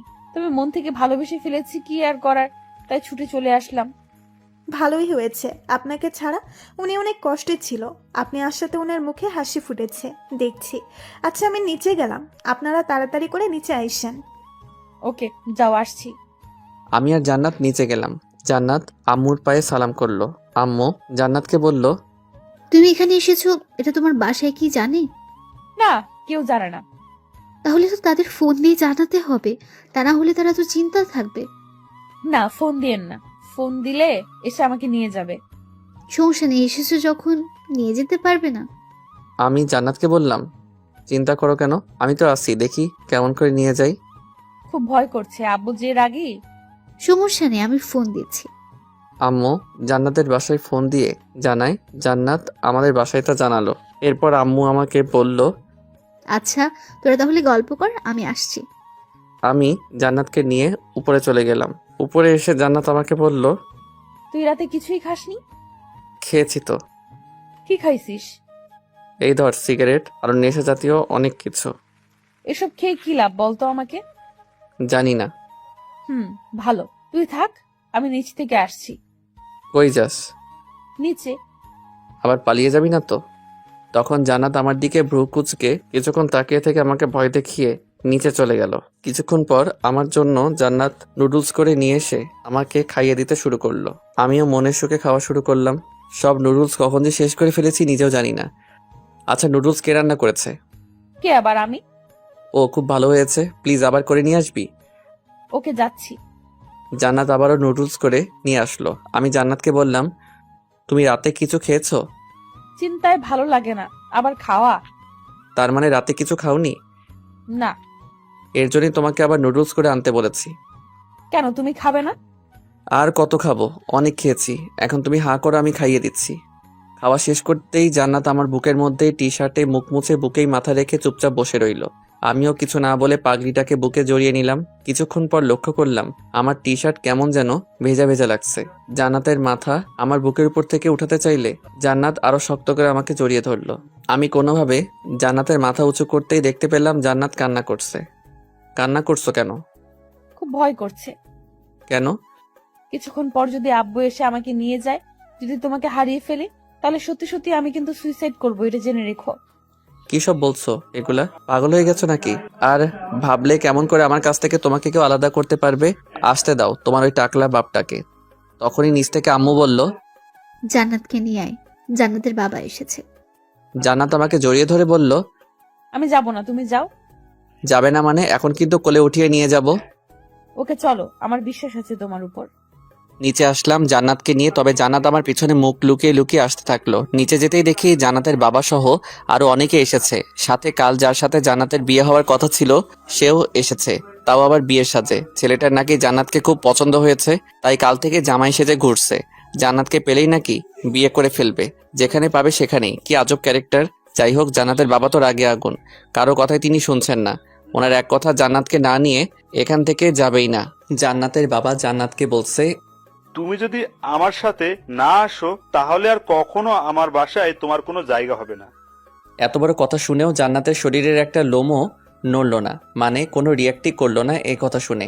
এটার মানে একটাই, জান্নাত আমাকে প্রচুর বিশ্বাস করে ফেলছে, তার সাথে আমার উপর অনেক আস্থা রেখেছে। জানি না এই বিশ্বাসের ঠিকঠাক মূল্য দিতে পারবো কিনা, তবে আমি পুরো চেষ্টা করব যাতে জান্নাতের কখনো এটা মনে না হয় যে সে ভুল মানুষকে ভালোবাসে। জান্নাতের বাবা আরো নানা রকম ইমোশনাল কথা বলতে থাকে। একসময় বিরক্ত হয়ে গেলাম, তাই আমি জান্নাতের বাবাকে বললাম, জান্নাতের গর্ভে আমার সন্তান আছে। সত্যিটা জানাতে দেরি করে ফেলেছি, তবে আজ বলতেই হচ্ছে। এখন আপনি নিয়ে যেতে পারেন। জান্নাতের বাবা তবুও জান্নাতকে নিয়ে যেতে চাইলে জান্নাতের সাথে বিয়ে হওয়ার কথা সেই ছেলেটা বলল। জান্নাতকে পছন্দ করেছি, ঠিক আছে, তবে অন্যের সন্তানের বাবা হতে যাব কেন? তবে যাওয়ার আগে আমাকে বুকে জড়িয়ে নিয়ে বলল, বড় ভাই, অনেক বড় ধোকা থেকে বাঁচিয়ে দিলে, অনেক অনেক ধন্যবাদ। ছেলেটা চলে গেলে জান্নাতের বাবা জান্নাতকে বলল। হুসাইন এ কথা কি সত্যি? হুম। এরপর জান্নাতের বাবা আর কোনো কথা না বলে আমাদের বাসা থেকে চলে যায়। বাবা চলে যাওয়ার সাথে সাথে জান্নাত আমাকে শক্ত করে জড়িয়ে ধরল। বুঝতে পেরেছি জান্নাত এতক্ষণ অনেক ভয়ে ভয়ে ছিল। আম্মু আব্বু আমাদের বিয়ে আজকেই করিয়ে দিবে, হালকা অনুষ্ঠান করে বড় করে অনুষ্ঠান করবে। কিছুদিন পর জান্নাতের বাবার রাগটা মিটে গেলে এখন শুধু জান্নাতের পক্ষ থেকে জান্নাতের আম্মুই আসবে, আর কেউ না। বিয়েটা অবশেষে করেই ফেললাম। আমার সাথে চোখ রাঙিয়ে কথা বলা সেই জান্নাত বিয়ের পর এখন আমার দিকে তাকাতেই লজ্জায় লাল হয়ে যাচ্ছে। সারাটা দিন অনেক ধকল গিয়েছে, সিগারেট খাওয়ার টাইম পাইনি। বিয়ের কাজ শেষ হওয়ার পর আমি একটু ফ্রি হতে পেরেছি, তাই সুযোগটা মিস করলাম না। সিগারেটের প্যাক নিয়ে দৌড়ে ছাদে চলে গেলাম। পকেট থেকে সিগারেট বের করতে যাব, এমন সময় দেখি ছাদে আমার কিছু আত্মীয় স্বজন সন্ধ্যার হাওয়া খাচ্ছে। তারা আমাকে দেখলেই ডাক দিয়ে নানা রকম প্রশ্ন করবে, কারণ সারাদিন আমাকে খুঁজে পাইনি। তাই শব্দ ছাড়া আবার নিচে চলে আসলাম। এখন সিগারেট খাবো কোথায়, এই নিয়ে পড়ে গেলাম মহা চিন্তায়। নিচে অনেক লোক, তাই ভাবলাম বাসার বাহিরে গিয়ে সিগারেট খেয়ে আসবো। তাই নিচে এসে সবার চোখের আড়ালে আড়ালে গেটের সামনে আসলাম। চোখ বুজে বাহিরের দিকে দৌড় লাগাবো, এমন সময় পিছন থেকে কে যেন আমার হাত টেনে ধরেছে। পিছন ফিরে দেখি পাশের বাসার বুড়া দাদা। কি হয়েছে দাদা, কিছু বলবেন? দাদা বুড়া মানুষ, তাই একটা কথা বলতে সময় নেয় 3-4 মিনিট। এমনিতে সিগারেটের প্যারা, আবার কি এক জ্বালাতন রে বাবা। আমি আবারও বললাম, কি কিছু বলবেন? মেয়ে পছন্দ হয়েছে? প্রেম করে বিয়ে করেছি জানো না। ও, পেরাম কইরা বিয়া করছো? আচ্ছা এখন আমি আসি। আমি চলে যেতে চাইলে উনি আমার হাত আরো শক্ত করে চেপে ধরলো। কি যেন বলবে মনে হচ্ছে, কিন্তু ওনার একটা কথা বলতেই 2 মিনিট লাগে। 2 মিনিট পর দাদা, কোথায় যাও? একটু বাইরে যাচ্ছি। দাদা আমার হাত ছাড়ছেই না, তবে এখন আমি সিগারেট না খেয়ে থাকতেই পারছি না। তাই আমার আশেপাশে ঘুরতে থাকা কিছু আত্মীয় স্বজনকে ডাক দিলাম। কি হয়েছে হুসাইন? দাদা বলেছে যে ওনাকে নাকি ঠিকমতো কেউ আদর যত্ন করেনি। আমার একটু বাহিরে কাজ আছে, আপনারা দাদাকে ঠিকঠাক যত্নার্তি করে নিয়ে আসেন। ওনারা দাদাকে বলল। কি দাদা, লজ্জা পাওয়ার কি আছে, আসেন আমাদের সাথে। এই বলে দাদাকে ওনারা নিয়ে গেল। যাক বাবা, বাঁচা গেল। এইভাবে গেটের বাহিরে পা দিব, এমন সময় পিছন থেকে আপু বলল, কই যাস হুসাইন? এই তো একটু বাহির থেকে ঘুরে আসি। কোথাও যেতে হবে না, জান্নাত রুমে একা বসে আছে, রুমে আয়। কি আর করার, সিগারেটের অসমাপ্ত প্যারা নিয়ে রুমে প্রবেশ করলাম। রুমে গিয়ে দেখতে পেলাম জান্নাত বিছানাতে বসে আছে। আমাকে দেখেই বলে উঠল, কই গিয়েছিলে? এই তো একটু বাহিরেই। কেন? এমনি। এমনি না, নিশ্চয়ই সিগারেট খেতে গিয়েছো। ও, বুঝে ফেলেছো তাহলে। হুম। আমি তখন চুপ করে বিছানায় বসলাম। জান্নাতের কানের কাছে মুখ নিয়ে বললাম, আচ্ছা সোনা, একটা সিগারেট খেতে পারি? এত সুন্দর করে যখন ডাক দিয়েছো, তাহলে এক কাজ করো। কি কাজ? জাস্ট একটা সিগারেট খাবে, তারপর গোসল করে আমার কাছে আসবে। কেন, সিগারেট খেলে গোসল করতে হয় নাকি? হবে, কারণ সিগারেটের ঘ্রাণ আমার একদম সহ্য হয় না। কি আর করার, সিগারেট খেয়ে গোসল করে আসলাম। জান্নাত আমাকে চমকে দিয়ে বলে উঠল, হুসাইন, আমার বাবু লাগবে। মানে? আমরা বাবু নেব। বাসরাত শুরুই করলাম না, বাচ্চার কথা বলছো কেন? তাহলে তুমি বাবাকে যে বললে আমার গর্ভে নাকি তোমার বাচ্চা, বলেছি, বিপদে পড়ে। তাহলে এখন আমি নিব, কারণ মা হওয়ার ইচ্ছে জেগেছে মনে। তুমি নিজেই তো বাচ্চা। এত কিছু জানি না, আমার লাগবে তো লাগবেই। বাসরাতে পাগলিটার কথা শুনে খুব হাসি পাচ্ছিল। যাই হোক, বিয়ে যখন করেছি বাসরাত তো করতেই হবে। আমি লাইট অফ করে জান্নাতের কাছে যেতেই জান্নাত আমাকে জড়িয়ে ধরল। আমি জান্নাতের কপালে গালে ঠোঁটে কিস করতে থাকি। সেদিন জান্নাতের ঠোঁট নরম চকলেট ভেবে কামড় দিয়ে একটু ছিঁড়েই ফেলেছি। জান্নাত ব্যথা চিৎকার করাতে বুঝতে পারলাম এটা কোনো চকলেট না, এটা জান্নাতের ঠোঁট। আরো অনেক কিছুই হলো, হাজবেন্ড ওয়াইফের মাঝে যা হয় আর কি। অনেক রাত পর্যন্ত গল্প করে শেষ রাতের দিকে ঘুমিয়ে পড়ি। সকালে ঘুম থেকে উঠে দেখি জান্নাত পাশে নেই। এত সকাল সকাল কই যাবে? ঠিক তখনই আমার ফোনে একটা ফোন আসলো। রিসিভ করতেই ওপাশ থেকে বলে উঠল, কি মিস্টার হুসাইন, ঘুম কেমন হলো? জান্নাতকে খুঁজে পাচ্ছ না তো, তাই না? জান্নাতকে পাবেও না। বড় ঝড় আসার আগ মুহূর্তে কিন্তু সবকিছু ঠান্ডা হয়ে যায়। কাল তোমাদের বাসা থেকে ঠান্ডাভাবে চলে এসেছি আজকের এই দিনটার জন্য। তুমি আমাকে চিনো না হুসাইন। যাই হোক, পারলে জান্নাতকে খুঁজে নিও। Good bye, see you. এই বলে ফোন রেখে দিল। আমাকে কথা বলার কোনো সুযোগই দিল না। বিয়ের পরদিন বউ গায়েব। বিষয়টা ভেবেই কেমন যেন শরীরের লোমগুলো দাঁড়িয়ে যাচ্ছে। আমি দৌড়ে নিচে গেলাম, আম্মুকে বললাম, আম্মু জান্নাত কোথায়? জান্নাত তোর বাবার সাথে বাইরে গেছে। মা যেতে দিলে কেন? জান্নাতের বাবা তো আজকে ঠান্ডাভাবে বলল যে বিয়ে তো হয়ে গেছে, যাই হোক এখন আমার কোনো রাগ নেই, তবে জান্নাতের দাদু জান্নাতকে দেখতে চাচ্ছে, তাই জান্নাতকে কিছুক্ষণের জন্য আমাদের বাসায় নিয়ে যাব। সমস্যা নেই, কিছুক্ষণ পরেই আবার দিয়ে যাব। আমাকে না বলে কেন গেল? জান্নাত তোর সাথে দেখা করার জন্য বারবার উপরে আসতে চাইছিল, তবে জান্নাতের বাবা বলল হুসাইন তো এখন ঘুমাচ্ছে, তো হুসাইনের ঘুম ভাঙার আগে জান্নাতকে দিয়ে যাব, সমস্যা নেই। আমি মাথায় হাত দিয়ে ফ্লোরে বসে পড়লাম। এত বড় প্রতারণা আমার সাথে হবে স্বপ্নেও কখনো ভাবিনি। চিন্তা করিস কেন, একটু পরেই দিয়ে যাবে। আর কখনো দিয়ে যাবে না, একেবারে নিয়ে গিয়েছে। কি বলিস এগুলো? আমি আর কিছু ভাবতে পারছি না। আম্মুও চুপ হয়ে গিয়েছে। বাইকটা বের করলাম, সাথে অনেক কিছু নিয়ে গেলাম, হকি স্টিক, সাথে আরো কিছু জিনিস যেগুলোর নাম বলা যাবে না। বেরিয়ে পড়লাম জান্নাতদের বাসার উদ্দেশ্যে নিয়ে। আজ জান্নাতকে নিয়ে আসার সময় যে আমাকে বাধা দিবে, সোজা কথায় তাকে লাশ করে ফেলবো, সে জান্নাতের বাবা হোক বা অন্য কেউ। কারণ এত কাহিনী আর ভালো লাগছে না। জান্নাতের বাসায় এসে দেখি দরজাতে তালা ঝুলানো। আমি জান্নাতের বাবাকে ফোন দিলাম। ফোন দিতে রিসিভ করে হ্যালো বলল। মাদারচোদ, কই তুই? তোদের বাসায় তালা ঝুলানো কেন? কি সুন্দরী মেয়ে জন্ম দিচ্ছ বলে এত ভাব? এখন শুধু তোর সুন্দরী মেয়ে না, জান্নাত এখন আমার সুন্দরী বউ। আর কত বড় কলিজা থাকলে আমার কাছ থেকে বিয়ের পর দিন জান্নাতকে নিয়ে চলে গেলি? সাহস থাকলে সামনে আয়, আমি তোদের বাসার সামনে। বাবা, আমি এক গ্লাস পানি খেয়ে এসে কথা বলি। আচ্ছা বাবা, শ্বশুরের সাথে কেউ এমন আচরণ করে? তাহলে কেমন আচরণ করব? সম্মান দিয়ে কথা বলবো, তাই না? তাছাড়া কি? আমি বয়স দেখে সম্মান দেই না, চরিত্র দেখে সম্মান দেই। বিয়ের পর জান্নাতকে আমার কাছ থেকে আলাদা করে এখন সম্মান ভিক্ষা চাওয়া হচ্ছে। জামাই আমার পুরাই আগুন। ভালোভাবে বলছি, জান্নাত এখন কই আছে? ঠিকানাটা দেন, আমি গিয়ে নিয়ে আসছি। বলবো না, যা করার করো। ওকে। এই বলে ফোন রেখে দিলাম। কি করব বুঝতে না পেরে রাগের মাথায় বাইক থেকে হকি স্টিকটা বের করে জান্নাতদের বাসার জানালার গ্লাসগুলো ভাঙতে শুরু করে দিলাম। সেখান থেকে একটা কাচের টুকরো আমার হাতে ঢুকে যায়, সাথে সাথে অনেক রক্ত বের হতে শুরু করে দেয়। এই অবস্থায় বাইক চালাতে পারবো না, তাই এক ফ্রেন্ডকে ফোন দিলাম।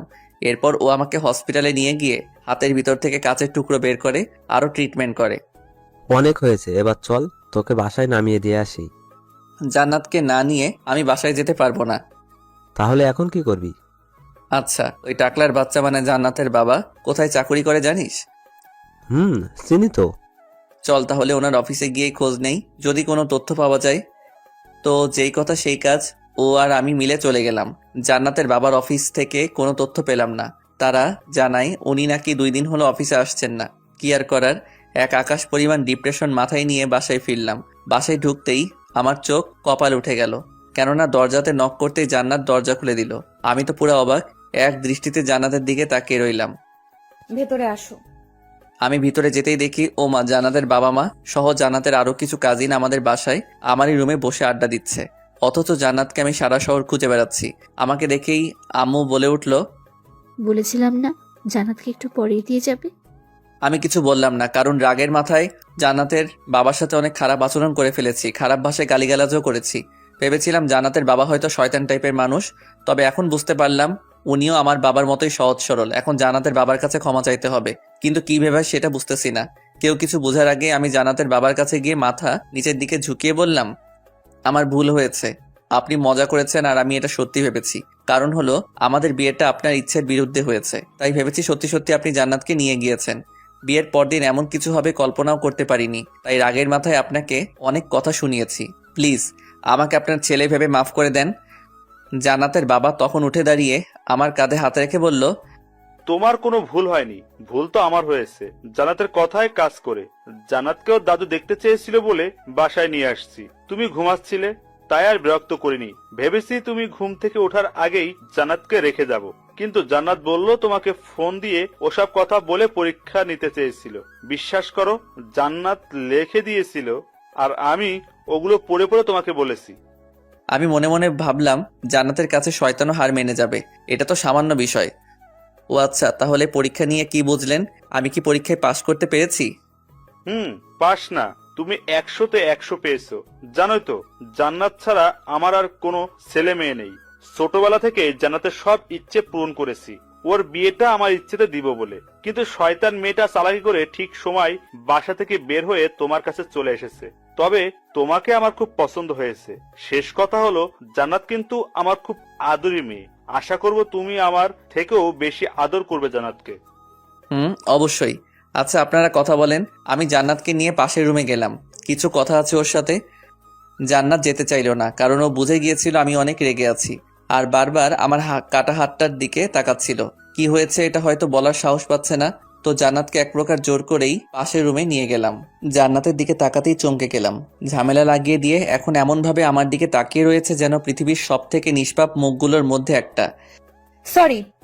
এত বড় ঝামেলা লাগিয়ে মাত্র 2 অক্ষরের সরি? তাহলে কি করতে হবে বলো? 2 টাকার মার্বেলের মতো বড় বড় চোখ করে তাকিয়ে না থেকে কাজের কথায় আসো। কাজের কথা মানে? মানে আমি রাগের মাথায় তোমাদের বাসার সব জানালার গ্লাসগুলো ভেঙে দিয়েছি। সো কি, তাড়াতাড়ি বলো। ওইগুলোর জরিমানা তুমি দিবে। জানি আমার বড়লোক শ্বশুর কিছু বলবে না, তবে আমার একটা সম্মান আছে না, তাই আমাকে ঠিক করে দিতে হবে। তুমি ভেঙেছো, তুমি ঠিক করে দাও, আমাকে বলছো কেন? ও হ্যালো, তোমার জন্য এসব হয়েছে? আমি কি তোমাকে আমাদের বাসার গ্লাসগুলো ভাঙতে বলেছি নাকি? আমার ঘুম পাচ্ছে, আম্মুর কোলে শুয়ে থাকবো, গেলাম। এই বলে জান্নাত পিছনে ফিরে চলে যেতে থাকলো। এই জান্নাত, শুনো তো। ওই জান্নাতের বাচ্চা, কানে শুনিস না নাকি? ও মা, জান্নাতের তো পিছনে তাকানোর নামই নেই। দূর, চলেই গেল। ও হয়তো ভাবছে আমাকে বোকা বানিয়ে বেঁচে গিয়েছে। আমি আবারও জান্নাতকে ডাক দিতেই জান্নাত চোখ দিয়ে ইশারা করে আমাকে ওখানে যেতে বলছে। আমি ওখানে না গিয়ে রুমে এসে ভাব নিয়ে ফোনটা কানে নিয়ে বলতে থাকলাম, হ্যালো জানু, কি করছো? আচ্ছা, আজকে কোন কালারের শাড়ি পরেছো? জান্নাত এটা শোনা মাত্রই আমার দিকে দ্রুত ছুটে আসে, এসে আমার ঠিক পাশে দাঁড়িয়ে শোনার চেষ্টা করে আমি কার সাথে কথা বলছি। তখনই আমি রুমের মধ্যেই পায়চারি শুরু করে দিই। জান্নাত আমার পিছু পিছু ঘুরঘুর করতে থাকে। হঠাৎ করেই আমার হাত থেকে ফোন কেড়ে নিয়ে দেখে কেউ ফোন দেয়নি, শুধু শুধু ভাব নিচ্ছি। তখন জান্নাত আমার দিকে ভ্রু কুঁচকে তাকালো। আমি জান্নাতকে জড়িয়ে ধরে বিছানায় শুইয়ে দিলাম। তোমার নাকি ঘুম পাচ্ছে, তো এবার ঘুমাও। তোমার কাহিনী দেখে ঘুম চলে গিয়েছে। বলতে ভুলে গিয়েছি, জান্নাতের নাকটা অনেক সুন্দর লাগে আমার কাছে, কারণ ওর যখন রাগ ওঠে তখন নাকটা ফুলে যায়, মনে হয় এখনই ফেটে যাবে। জান্নাতের নাক হাত দিয়ে চেপে ধরে ওর ঠোঁটে কামড় বসিয়ে দিলাম। একটু পর জান্নাত শ্বাস নিতে পারছে না বলে আমার পিঠে চড় মারতে থাকে। তখন আমি ছেড়ে দিলাম। জান্নাত হাঁপাতে হাঁপাতে বলল, আমার আমার আমার শ্বাস আটকে মেরে ফেলতে চাও নাকি? একদমই না। তাহলে এমন করলে কেন? সকালে তুমি আমাকে ঠিক এমনভাবে মেরে ফেলতে চেয়েছিলে।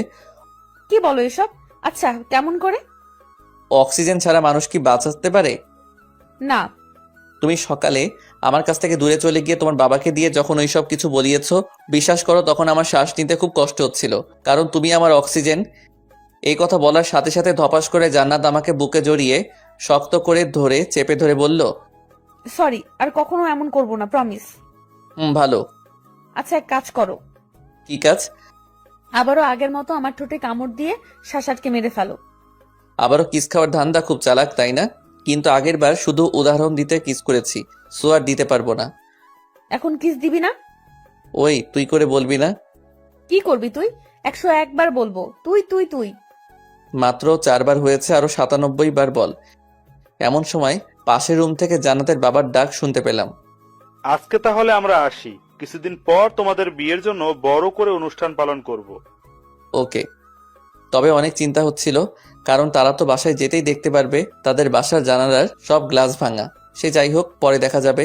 এর আগে এক ফ্রেন্ড কিছুক্ষণ আগে ফোন দিয়ে আমাকে বাইক নিয়ে যেতে বলল, বিপদে পড়ছে বলল, তাই বাইক নিয়ে বেরিয়ে পড়লাম। ফ্রেন্ড তৌফিকের কাছে যেতেই তৌফিক বলল আজকে নাকি ওর জিএফ এর বার্থডে, তাই আমাকে সাথে নিয়ে জিএফ এর সাথে দেখা করতে যাবে। আমি আর তৌফিক গেলাম। যেতেই দেখতে পেলাম তৌফিকের জিএফ সহ আরও অনেক মেয়ের উপস্থিতি। আমি তৌফিককে বললাম, তুই দেখা কর, আমি এখানেই বাইকেই বসে থাকি। কিন্তু তৌফিক আমাকে নিয়েই গেল। দেখা করার এক পর্যায়ে তৌফিকের দরকারি একটা ফোন আসে, তাই তৌফিক তাড়াহুড়ো করে সেখান থেকে চলে যায়। যাওয়ার আগে আমাকে বলল যে ওর জিএফকে বাসায় নামিয়ে দিয়ে আসতে। আমি তৌফিকের জিএফকে বললাম, আপনি নিশ্চয়ই আমার সাথে যাবেন না, তাহলে আমি আসছি, আপনি এখান থেকে সোজা চলে যান। জি না, আপনি আমাকে নামিয়ে দিয়ে আসবেন। তো কি আর করার।